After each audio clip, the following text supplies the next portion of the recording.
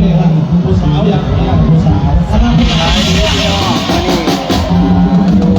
จะคอยดูชมเรื่องน้องแต่น้อยเด้อ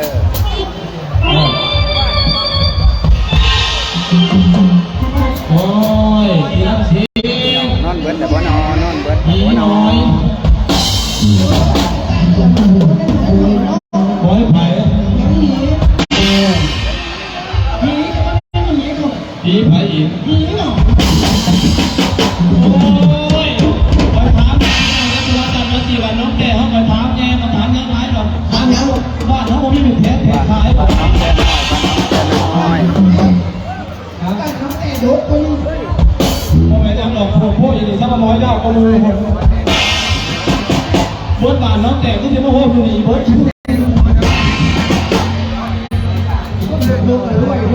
แกอาสาอาสีไม่หรอกเราต้องสีสาอาพุทธเป็นพ่อเด็กรอบหมดไอ้หันกล้วยตายแน่นอน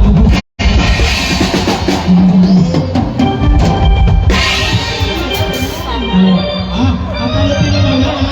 ตัวตัวตั้งนา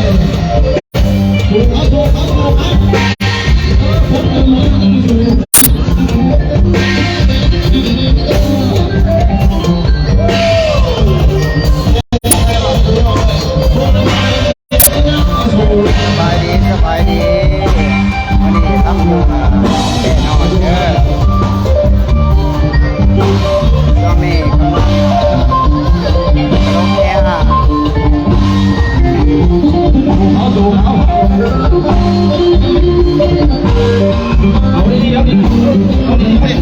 แปลว่าใส่แปลว่าใส่เหนือไม่สว่างอยู่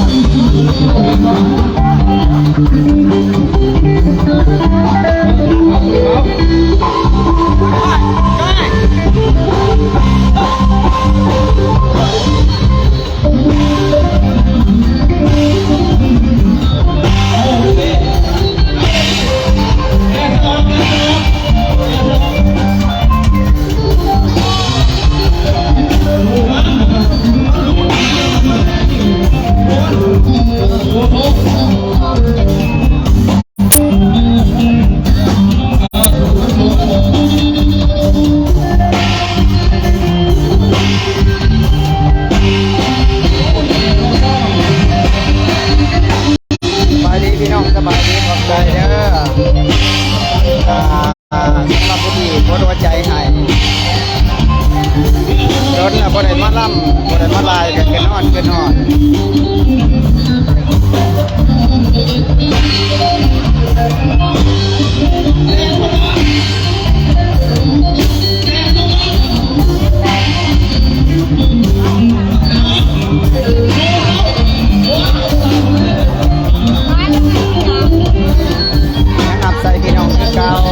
การงานอย่างไร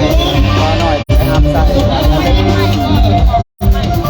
ติดต่อหาเด้อ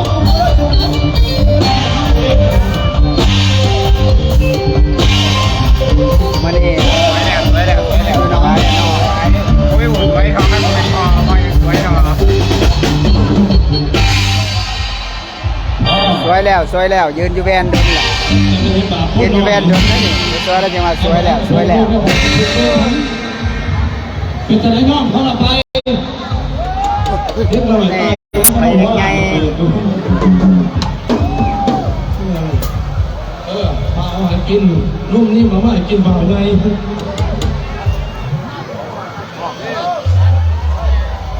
นุ่มเบานั่งปวดมาก เย็ดเป็นเจ็ดกล่อง ตัวสิ่งนี้เราเป็นกิน เจ็ ปุ๋ ด ย นกเหรอกินนกใหญ่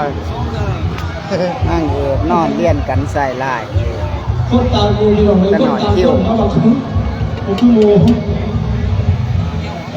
ใส่เสียไม่ใส่เสียไม่พี่น้องเราปั๊มหัวอย่างพุทธเจ้า ว้าก็เจ็บท้องจับน้ำกันจะเปล่า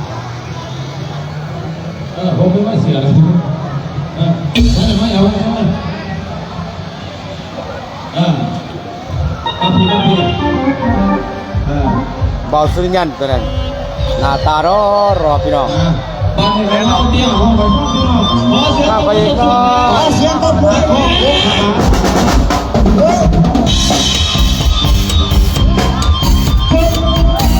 อันนี้ไปอีกใหญ่ประจำคณะมาหน่อยไปโซ่แก้วสีตัวจริงเสียงจริงพี่น้องเอามาฝากพี่น้องเด้อ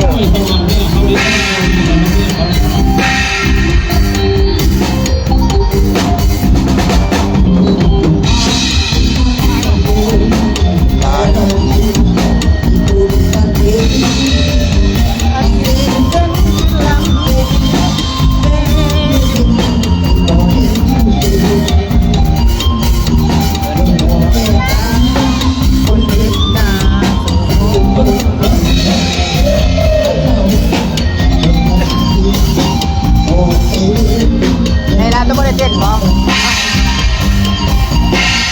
ไม่ได้เต้นบ้องสุดบ้อง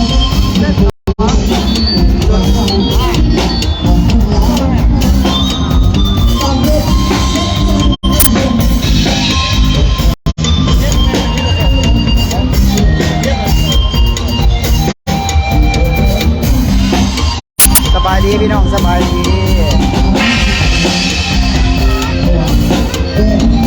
การงานยังไงมาหน่อยแต่หักใจอย่าลืมติดต่อหา